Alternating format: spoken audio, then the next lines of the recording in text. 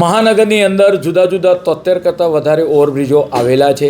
દરેક ઝોનની અંદર એક એક ઓવરબ્રિજ આઈડેન્ટિફાઈ કરીને આપણે વાત કરીએ કે ત્યાં આગળ એનું બ્યુટિફિકેશન વધે, છોકરાઓ મોબાઈલમાંથી બહાર નીકળે, રમતગમત એવોર્ડે કરે. એટલા માટે નાના મિની સ્પોર્ટ્સ કોમ્પ્લેક્સ ઓવરબ્રિજની નીચે જ એ બનાવવાનું નક્કી કરવામાં આવ્યું છે, જ્યાં કેરમ હોય, ચેસ હોય, આપણે વાત કરીએ કે બોક્સ ક્રિકેટ હોય, તદુપરાંત બેડમિન્ટન હોય, આવી અલગ અલગ પ્રકારની જે ગેમ હોય છે, પરિણામે બાળકોમાં સ્પોર્ટ્સમેન સ્પિરિટ, તદુપરાંત આપણે વાત કરીએ કે રમતો રમે, એકાગ્રતા કેળવે, એ માટે મહાનગરપાલિકા દ્વારા 9 બ્રિજો આઈડેન્ટિફાઈ કરી આ એ બ્રિજોની નીચે સ્પોર્ટ્સ એક્ટિવિટી કરવામાં આવશે.